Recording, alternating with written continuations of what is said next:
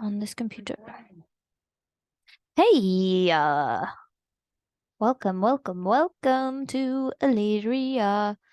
How are you guys doing? Are you ready to talk about the ego waffle? This is one of my favorite topics. So before we start, I just want to explain that when I use the word ego, I'm kind of interchangeably using it as the word fear. Fear, ego. That's what I've written down right here. Fear/ego. I really mean the same thing. I could get more in depth into ego specifics, but that's not this class. So, really, this class is about the 5 reasons you're stuck in fear and not feeling more present. So, we're going to get into all of this. And I basically want to talk about ego as a system of thought that's based on fear, right? It's a fearful system of thought. That alone is what's keeping you from feeling present. If you didn't have this current system of thought living in your brain, if you didn't learn it, if you weren't socialized to create it, you would automatically know how to feel present. In fact, when you're born, this is what we naturally do. We actually unlearn how to feel present. It's something we innately know, we're born knowing how to do, but because of the systems we live in, because of the society we live in, and the way we're socialized, and the media we're fed, and the way our parents raise us, right? All these different factors, we learn a system of thought based on fear. And so that's what you have right now. And I really want to be clear when I say you can change your system of thought. And that is exactly what I offer my clients, is a way to do that. A structure, a framework, a path, a map, a way to consistently practice a new system of thought. Okay. Nothing has gone wrong because you are stuck in fear. Nothing has gone wrong because you live out of a system of thought based on fear, right? You're not broken. No, nothing's wrong with you. It's just because you didn't even realize this was a choice, right? And so let's talk about feeling present and why we even want that. I do have a lot of clients come to me and specifically say, how do I feel more present, right? How do I do that? And I want to be really clear about what I mean by that. You want to actually experience your life. When we are bogged down in constant fear, one, it's exhausting. Two, we are kept away from experiencing our life right now. And I don't mean like we don't know what's happening. I mean, we're in a place and we're worried about the past, or we're stressed out about the future. And we don't have the ability to appreciate or see or acknowledge or enjoy where we are right now. And there's a reason for that. And it's not because you're crazy, okay? You don't know how to feel present because you've forgotten, because you've been practicing this other way of thinking for so long that creates this lack of presence, that creates this increase in fear and distrust and panic and anxiety. And that can feel really frustrating, right? Because you're smart, right? You're not dumb. You probably have a college degree.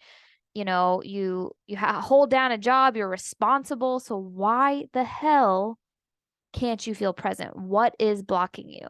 This is what's blocking you, my friend. And so what people usually do is when they don't understand the actual reason why they feel stuck, why they feel afraid, is they start to do things. They're like, oh, maybe I'll go to a psychologist and maybe I need like a anti-anxiety medication. Maybe I need some antidepressants. Or maybe I just need to change my health habits. I should work out more, change what I eat, right? Maybe I can read more. But it doesn't matter. It never solves what you're wanting to solve, which is this fear, which is this giant thought system you're living out of. Your brain still panics, right?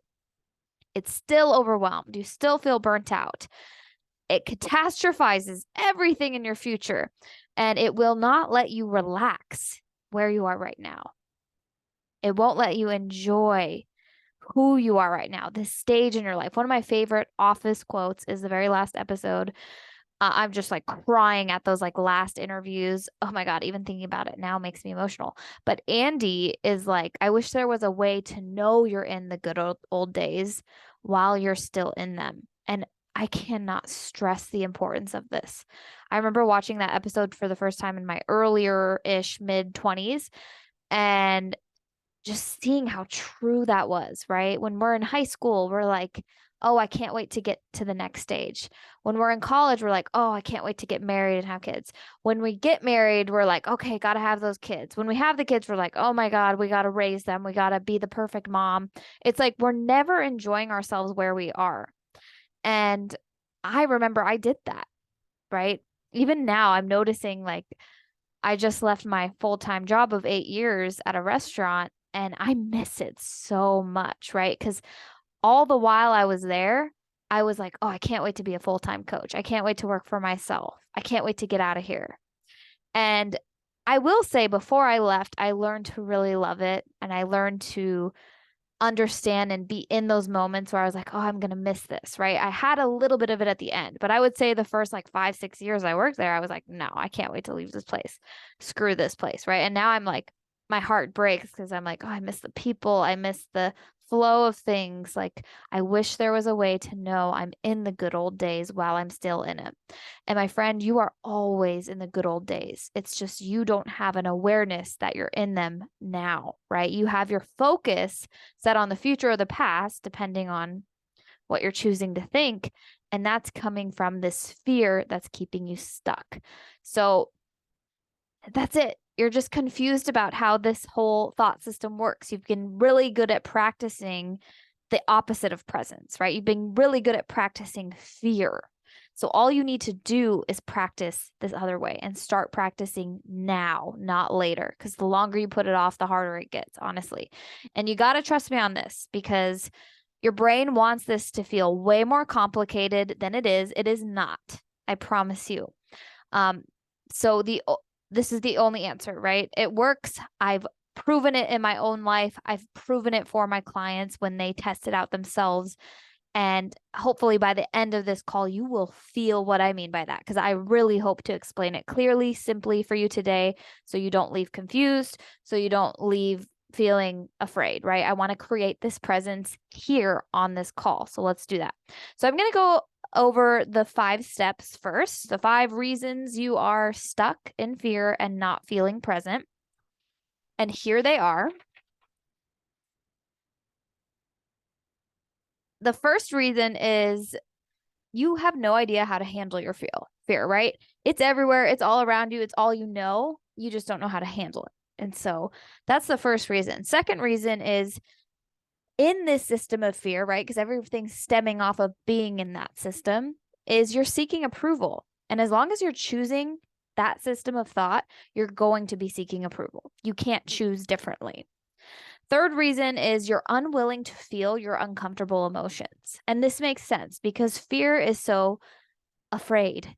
And so anything that's the slightest inconvenience, it's the slightest misunderstanding, it's the slightest discomfort, it's going to have an unwillingness to face that thing, to deal with that thing, to handle that thing. So that makes sense, right? Again, nothing's wrong with you if you're doing this. It makes sense. It's what you've been taught. It's what your parents taught you how to do. But you need to know you have other options, and you need to know soon because we don't have time, right? This is urgent, okay? Fourth reason is you're afraid to be wrong. This is like the epitome of the ego, is it would rather be right than happy. It would rather be right than free from your suffering and free from your fear. It's so afraid to be wrong because it internalizes everything. It makes its whole identity what it thinks, and what you think is fear. So you're afraid of your own identity. I want you to see how this works, right? You're afraid that if you're wrong, it means you as a person are wrong. And this is just a thought error. This is, again, just a confusion. Your brain has made a little oopsie, and all it takes is a little correction, right? No pain, no drama, right? We're just going to notice that we're wrong.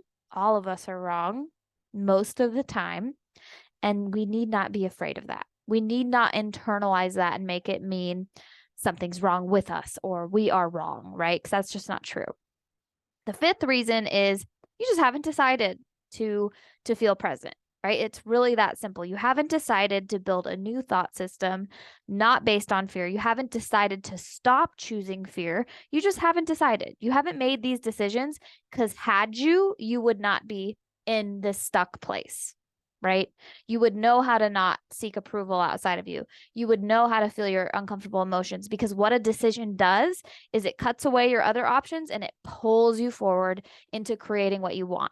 And so you have to know that this last step, which we're going to go in depth to each of these in just a second, this last step is the most important. If you don't make a decision to move yourself forward, you're going to keep choosing fear. You're going to keep choosing this shitty thought system, and you're going to be frustrated because it's a very frustrating thing to do. So now I want to go over the why, because I think this is important. I don't want to just be a person talking at you, telling you what you want. So I want to show you. I want to show you why we do this work, why it's important, the impact it has when you don't do this work. I hope this microphone is working. Okay, so let me read my notes and drink some water. Okay, why have you been choosing fear? Oh, dog hair. Why are you consumed with fear? And we've got one reason, my friend. Uncertainty. Da-da-da. Uncertainty. That's the reason. That's the reason why you continue to unconsciously or consciously choose this system of thought based on fear. So, uncertainty, my friends, is being a human. There's nothing certain about this reality, these circumstances around you. The only thing that's certain is how you choose to respond. The only thing that's certain is your awareness of your agency and how you use that agency. In a system of fear, you're not aware of your agency, you're not using it. Okay? And so when we don't have that awareness, our primitive response, right? Our only available response that we have access to is to resist uncertainty. And so what we do when we resist uncertainty, when we make it a problem, uncertainty is not a problem, but when we make it a problem, we create this realm, this paradigm of fear and ego responses. And so we think we're gaining something from resisting uncertainty. We think there's a trade-off and we're like, oh, this makes sense to resist this. This thing is a problem. Let's resist it. Fear makes sense. And then you feel out of control with all the fear you feel. You don't see how you've made this subtle choice. Uncertainty, problem, resist. That's the little minor choice you've been making since you were a child. You're really good at choosing it. And so what you think you gain from choosing resistance and fear is certainty. You're like, okay, well, if I stress myself out, if I have anxiety, if I'm desperately seeking safety from people around me, if I'm codependent, if I'm insecure, if I'm indecisive and confused, if I give up on myself, if I give up on my future, if I'm helpless, right? Look at all of these. Such a mess. You're like, if I choose all of this, then my trade-off will be certainty. But the reality of this is it's not. What you actually gain from choosing to make uncertainty a problem is suffering. That's unnecessary. You actually create more uncertainty in choosing to be confused, choosing this anxiety, choosing to wait, right? You're actually creating more uncertainty unnecessarily on top of the uncertainty that already exists outside of us. And no ability, no access to feel presence, no ability to enjoy your life, no ability to show up as your highest self. That's what you're actually creating. And I want you to see that. This is the why. Uncertainty has been made a problem in the depths of your mind, and this is what it creates. And this is a choice, the tiniest, most quietest choice you're making every day. This is what it produces. You're in control of this, right? You're not in control of uncertainty. You're not in control of how things unfold tomorrow, what your spouse says to you, right? How much work your boss gives you. You're not in control of those things. But when you realize you are in control of how you respond to the neutrality, the not problematic uncertainty that is when you're going to see a shift, and it's going to be huge. So I want you to see what not making uncertainty a problem creates, because this is going to help you stop choosing it. slowly, one day at a time. You have to see it's a choice. Okay. And so when you don't make uncertainty a problem, I want to sell you on this. Here is what it creates.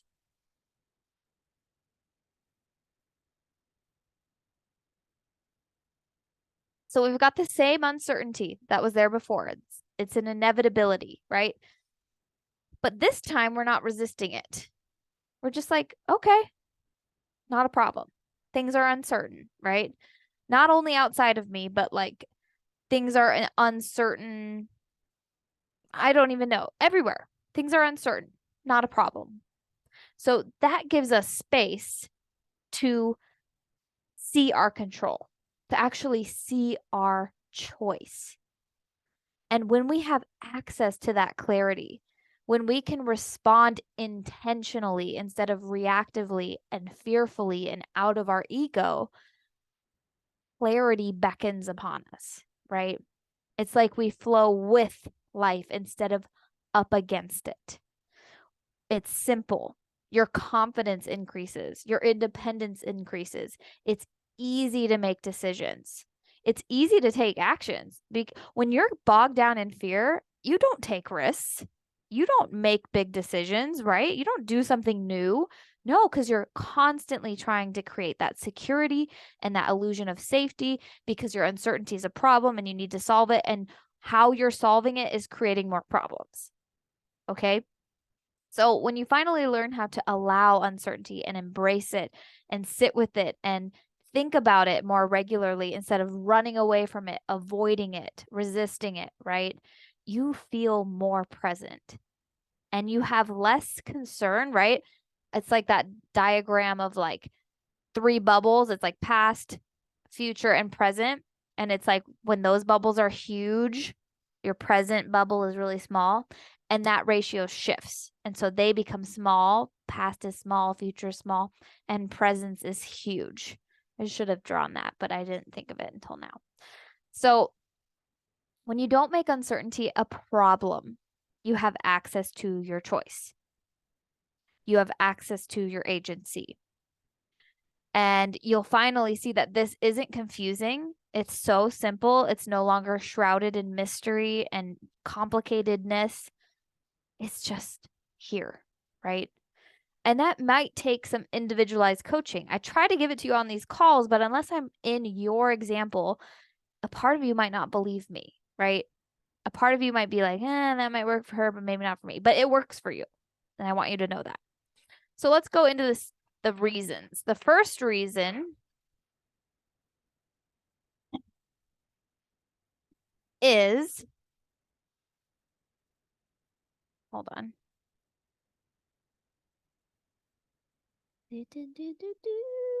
Okay. The first reason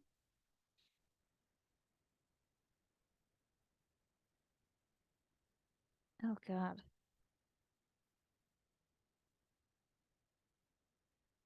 Don't mind me. All right. So the first reason is you're consumed with fear and you don't know how to handle it. So let's talk about this. What is fear? To me, fear is a response to reality, right? We have our options for how to interpret reality, but when you have a learned response, when you have a conditioned response, right? Think of Pavlov's dogs. They ring that bell and they salivate. It's the same for your human brain. When your parents taught by example, they taught you to be afraid of neutral reality. They taught you to respond in a consistent way that you're still practicing to this day. So when you don't learn that fear is just a choice you're making, you're going to keep making it. And you're going to, so that's why we start with awareness, right? We start with becoming aware of what that choice is creating for us. And then we get to decide, is that serving, right? Is that helping me? Is that useful? Those are powerful questions. When you start asking yourself that from gaining awareness, you're really going to start seeing where your choice is and what your other options are. So when you're consumed with fear, we filter everything through a lens of fear. Okay. And how we usually handle it, like I said, is we resist it. And so what we want to see is fear creates paralyzed behavior. It creates unnecessary suffering emotionally, and it creates catastrophizing thoughts. So what this looks like is, let's say you're up for promotion at your job, and your fear is of failure because you have a thought, right? You're choosing a thought that sounds something like, I can't fail, I can't let them down. If I do, here's the catastrophe that will happen, right? I'll lose my job, or I'll lose my home, right? Or I'll lose my status, right, as this good position in this company. And what feeling does that line of thinking create? It's going to create anxiety, right? It's going to create stress. It might create worry.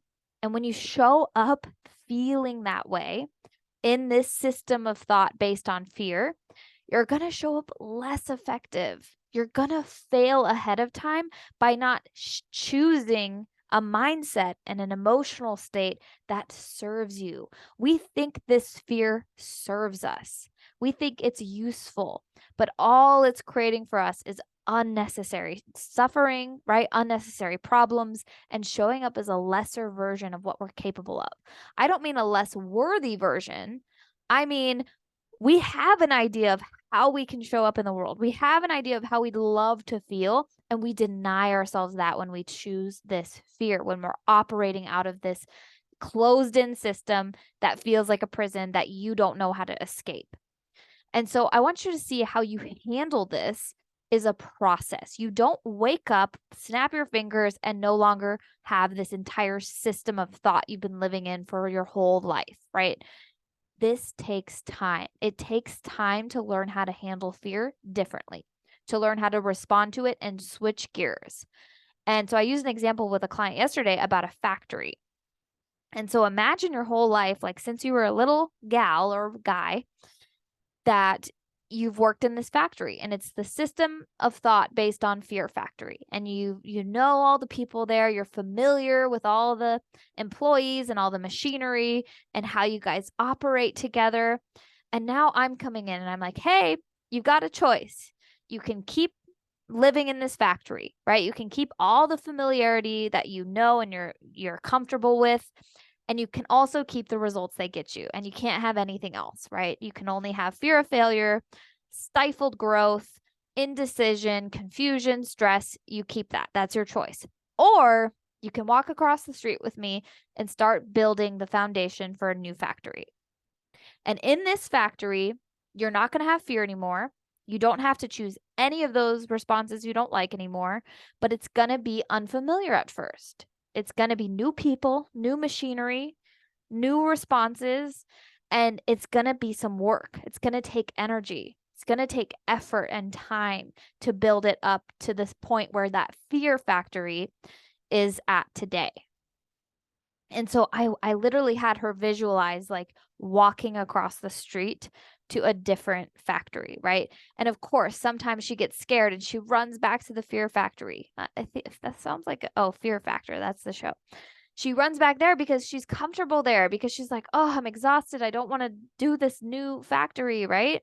And so I want you to see that handling it is going to take time. You're going to fail at it. You're going to want to run back to the comfort of fear. Even though it's not serving you, it is comfortable and familiar, and your brain is going to be attached to it. And so it's going to take repetition, time, effort, work, patience, and all those things are amazing because in that process, you're learning how to support yourself in a new way. We're not supporting ourselves in the fear factory, right? We're abandoning ourselves. We're rejecting ourselves ahead of time. We're rejecting our potential. We're failing, right?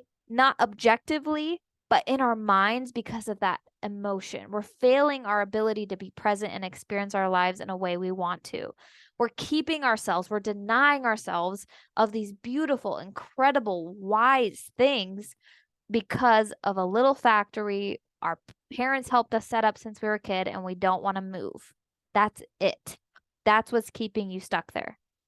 So we need to know your other options are going to be infinite. And you can't see that right now. I can see it because I've done this work. I've built a new factory. I'm living in it. It's cool.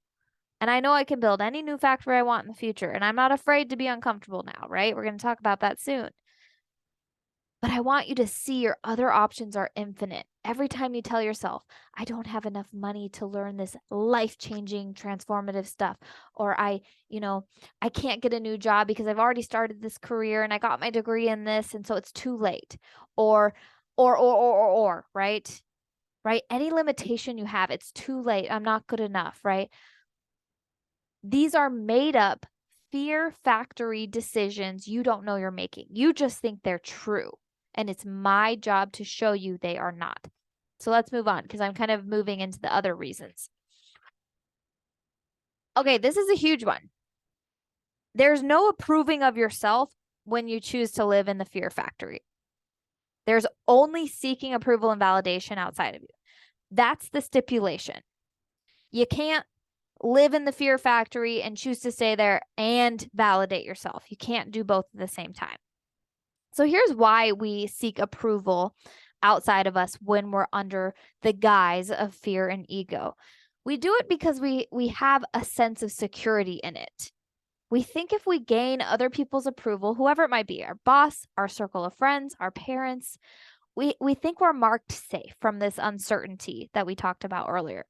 But the truth is you're not. In fact, you're just making yourself suffer through the inevitable uncertainty. And that's really painful. And when my clients come to me, I don't deny that. I say, wow, the thoughts you've been choosing are really painful. And that is really hard when you operate that way. When you're looking for security outside of you, in the people outside of you, in the career outside of you, in the possessions outside of you, you are setting yourself up for suffering. Because the security you want to feel is an emotional state. And as long as you're making uncertainty a problem, you don't have access to any other emotional state other than anxiety, worry, stress, fear. Those are your options. You might have little glimpses in your day where you're like, that was a nice walk. But then you go right back into your anxious factory, right?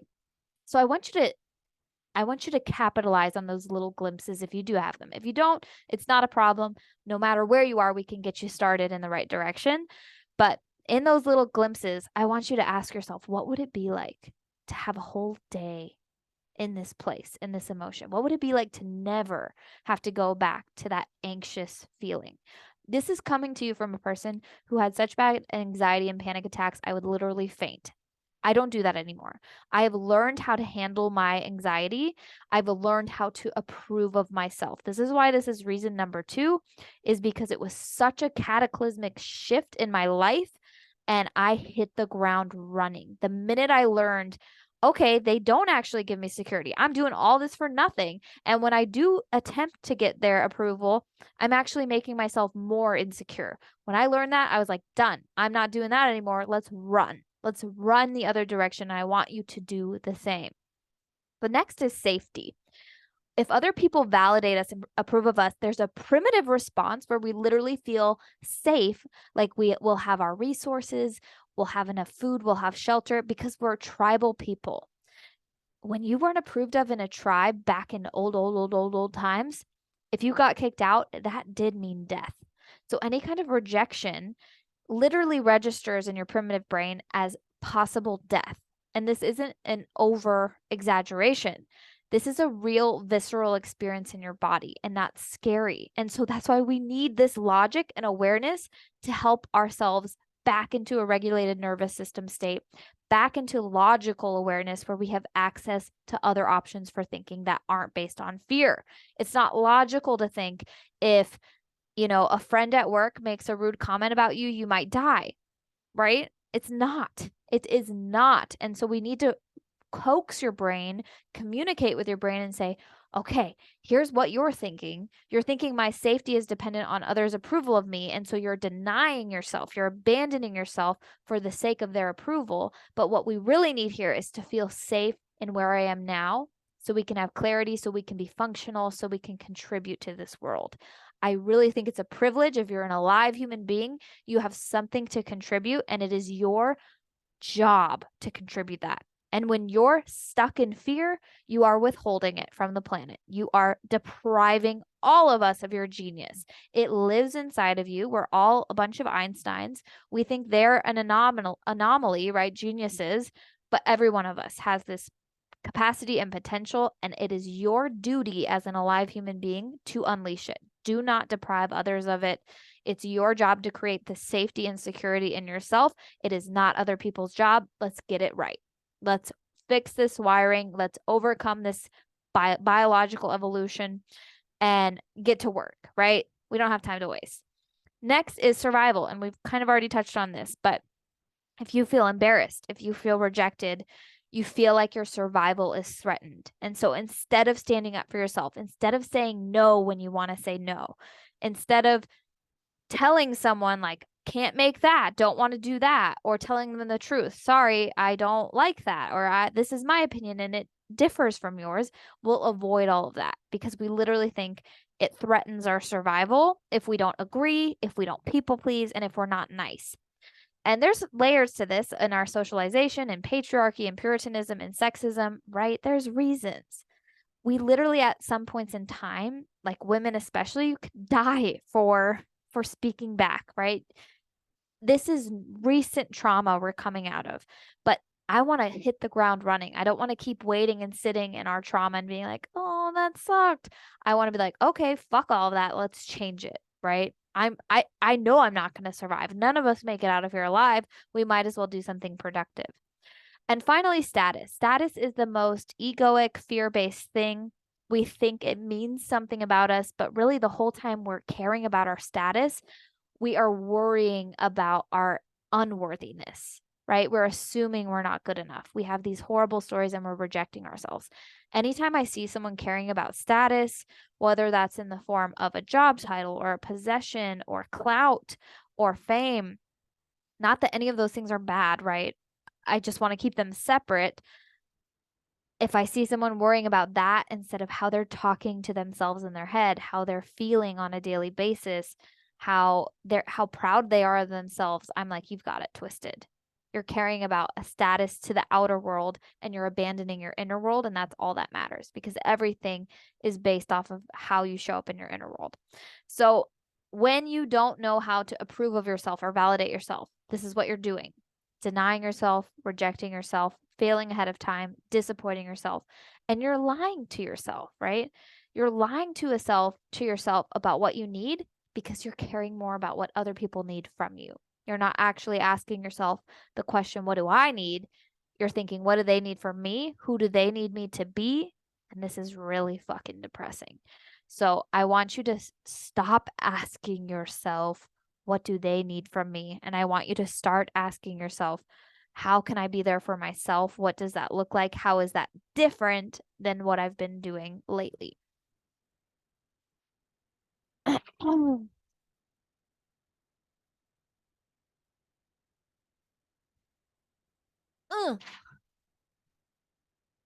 Okay. This one I'm going to keep really short and simple because we were never taught how to feel our feelings. Your emotions, the feelings you have in your body, I don't care what it is. If it's depression, if it's despondency, if it's like emotional pain, not physical pain, if it's despair, if it's disappointment, if it's whatever emotion it is, it's harmless. Your body knows how to feel it. It doesn't mean anything about you. When you feel embarrassed, it doesn't mean you're an embarrassing person. It means you're having a sensation in your body at a frequency that vibrates to the level of embarrassment. And it's just a little title, but it's meaningless. It does not mean anything, right? Your brain might tell you thoughts while you feel it. And that's why you need thought work. And that's why you should come join my program. Emotions are guidance. They are useful information that are pointing us and saying, hey, here's some information. Here's some information. And please separate that from it meaning something. It's just information. And so maybe if you're feeling embarrassed, the information is, I'm not familiar with this. And I'm making this mean, right, that I'm not good enough and I should quit. And so we want to just notice, we want to gather that data, notice it, know that it doesn't actually mean that that's true, but it's just pointing us in a direction saying, hey, this feels scary. I want to let you know. And what do you want to do next? But what we do is we take a feeling, a negative feeling especially, and we make it mean something's gone wrong. This means something bad about me. I am a terrible person, right? Just the most damaging, unhelpful meanings we could apply. And so, what I want you to know about uncomfortable emotions, negative emotions specifically, is they're not dangerous. You're not dangerous to feel them, not dangerous to allow them. In fact, the minute you allow them, the minute they process, right? If you really know how to do that. If you don't know how to do that and you're telling yourself you do, you're going to think they are dangerous, and a part of you is going to continue resisting them and continue perpetuating them longer than they need to be around. Uncomfortable emotions are not permanent, they are temporary, and they come from a place of loving guidance, and they are not here to hurt us. That's all I'm going to say about that. All right. Being wrong. So I made two little stick figures, and one person, the first person on top, is refusing to be wrong. And here's why. This person has a thought that something's wrong with them. And the irony is they are so sure of their thoughts and they're so certain of their rightness, and we can just call it righteousness, that they are going to hang on to the thought something's wrong with me versus admitting they're wrong about thinking that thought. You might need to rewind and listen to that back, but it made perfect sense. Okay, so they're thinking something's wrong with them. They're unwilling to be wrong. And so here's what happens. They're so afraid that that's true. They're afraid that something is wrong with them. And instead of being willing to be wrong about that, they go on and they avoid ever facing themselves, facing their thoughts. They give up on their happiness, on their ability to change, on their own transformation, on getting what they want. And they choose to suffer unnecessarily instead of risking being wrong. Let me show you how detrimental this is. We choose to suffer over the possibility of just being wrong about a sentence in our mind. We hang on to our stories about who we are and what it means and all of our flaws instead of just being wrong about them. What if you're wrong about all those stories you have about you not being good enough? What if you're wrong that you can't do that, right? What if you're wrong that you can't become a person that can make six figures or have all the things you want to have, right? Why are we unwilling to be wrong about things that make us suffer? That's what I want to know. So here's a person down at the bottom who learned how to be wrong and learned how to not make it a problem and learned to actually enjoy it. So they're saying, I love finding out that my thoughts, my sentences in my head are wrong. I love doing it often. I love doing it frequently. Being curious is way more useful than hiding in fear. I instantly feel better, present. I gain clarity. I learn I'm wrong, and it's enjoyable, right? It's thrilling. It's freeing. So I want you to see these choices you have. When we choose not to be wrong about shitty thoughts, we choose to suffer. And that's a very egoic thing. It's a very fear-based thing. We're afraid to risk being wrong because we're afraid to find out that means we are wrong. Being wrong intellectually about a thought you've been choosing does not mean anything about you. It does not hinder your existence or worthiness as a human being, right? All of that's unchanging. And under this fear-based system of thought, you can't see that. You can't see how simple that is. And so you're so caught up in the undertow of fear that you're choosing to be right instead of choosing to be present, instead of choosing to be happy.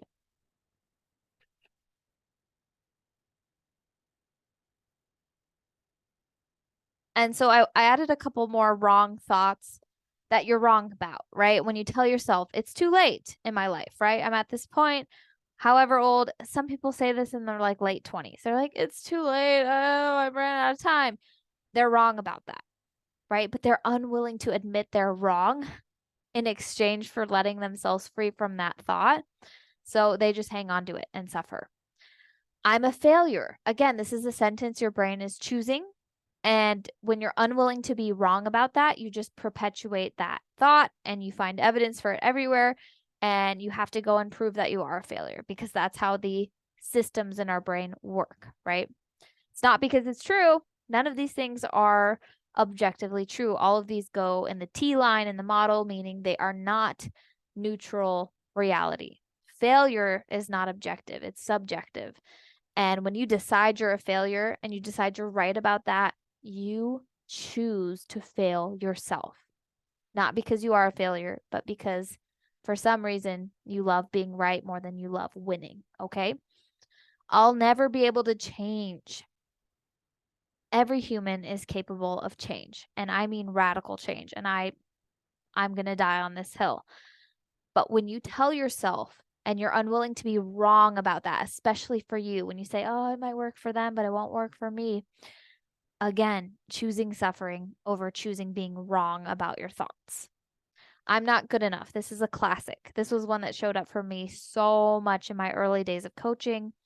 And it makes sense, right? Because I had a system of thought based on fear, and I had a huge fear that I wasn't good enough. But it turns out I was wrong about that. Turns out I'm more than good enough, and I'm actually pretty excellent when you let me free. When I left that factory, I was like, damn, I'm way more capable than I thought. We're just getting the ball rolling here. The same is true for you. We have the same brain. You are not different from me. You have genius and passion and creativity inside of you. You're just locking it up hostage. Okay, that's the difference between being wrong and freeing yourself. So this work is hard. It's painful, it's confusing, it's not worth the effort. I don't want to take the time to do it, right?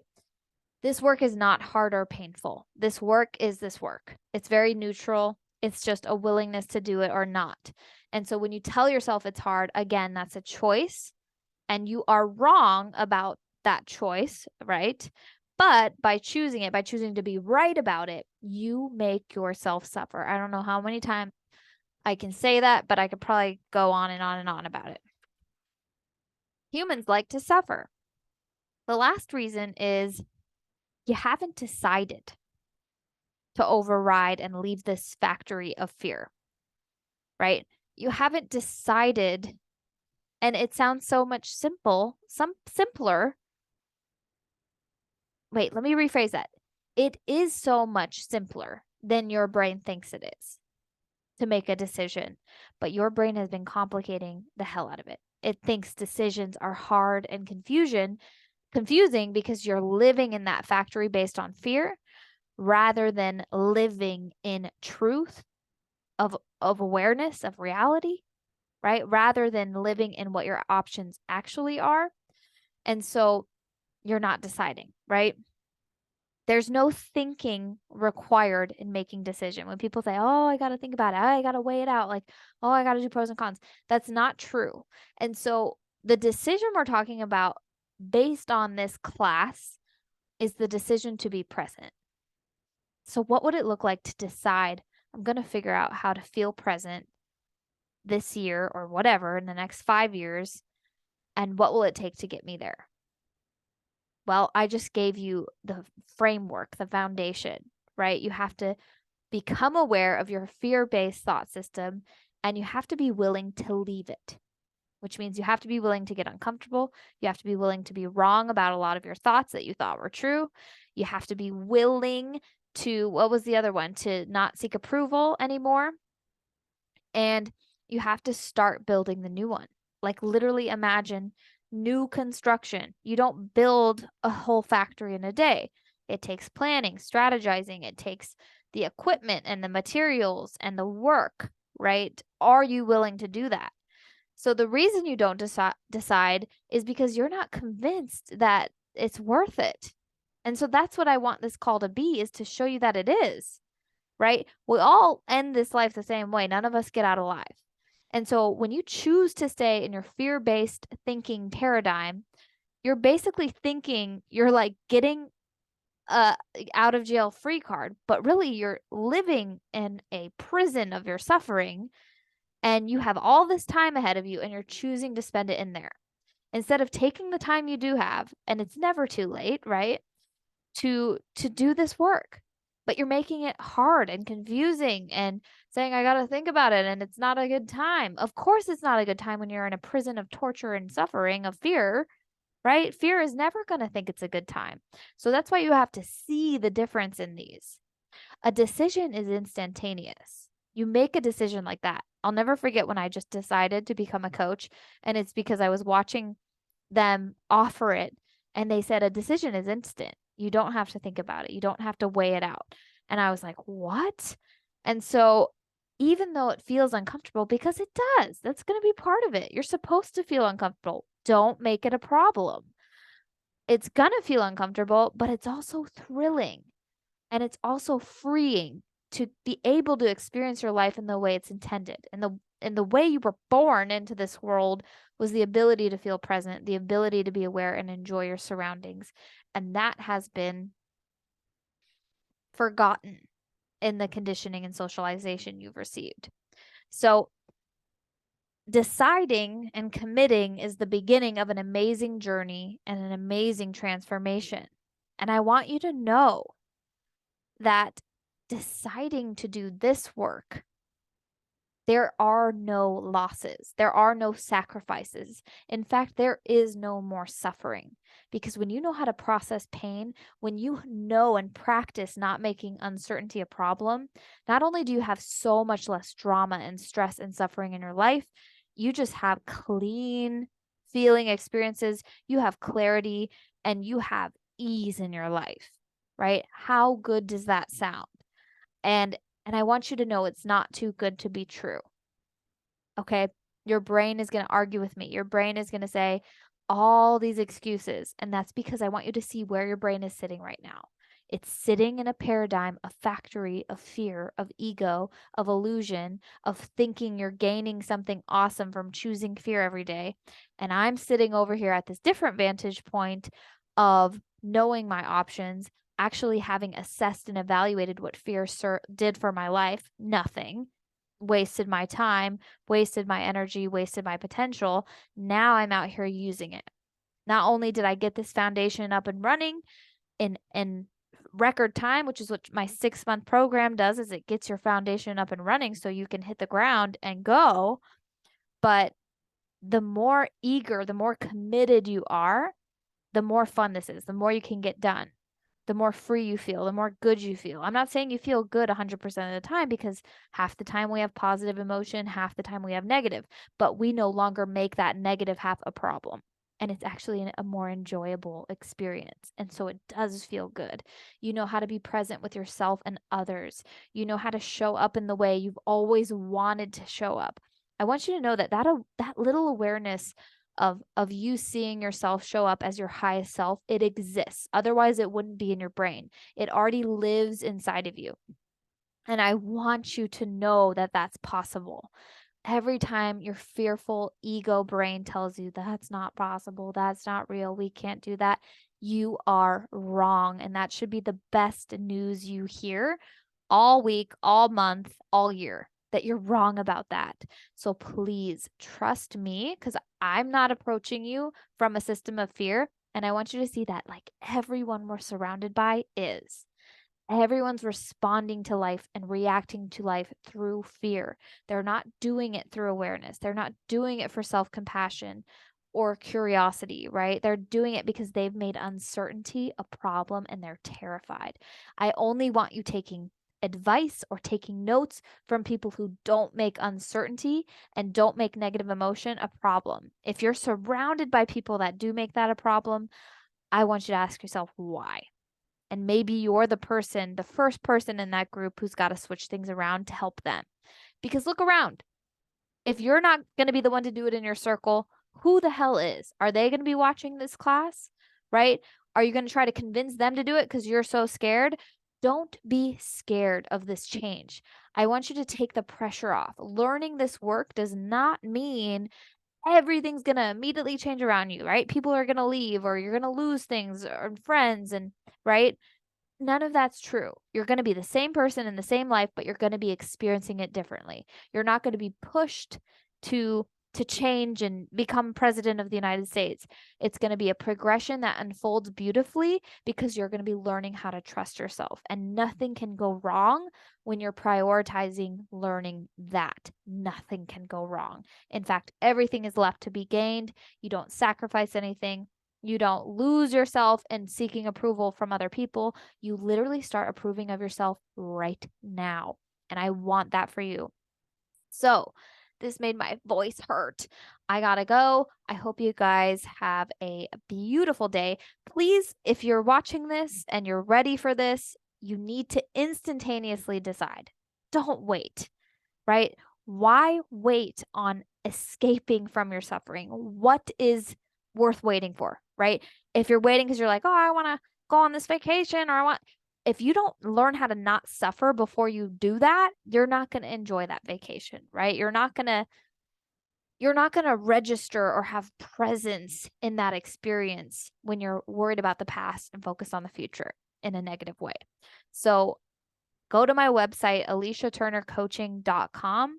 It will be in the description of this video, or if you're getting this email to you, it's right on my email. You go to that website, you book a free consult, and you sign up with me. And let's get you started. Let's get you freed. Let's get you unstuck and feeling present. I hope you guys learned something. I hope this was helpful. Have a beautiful day. Bye.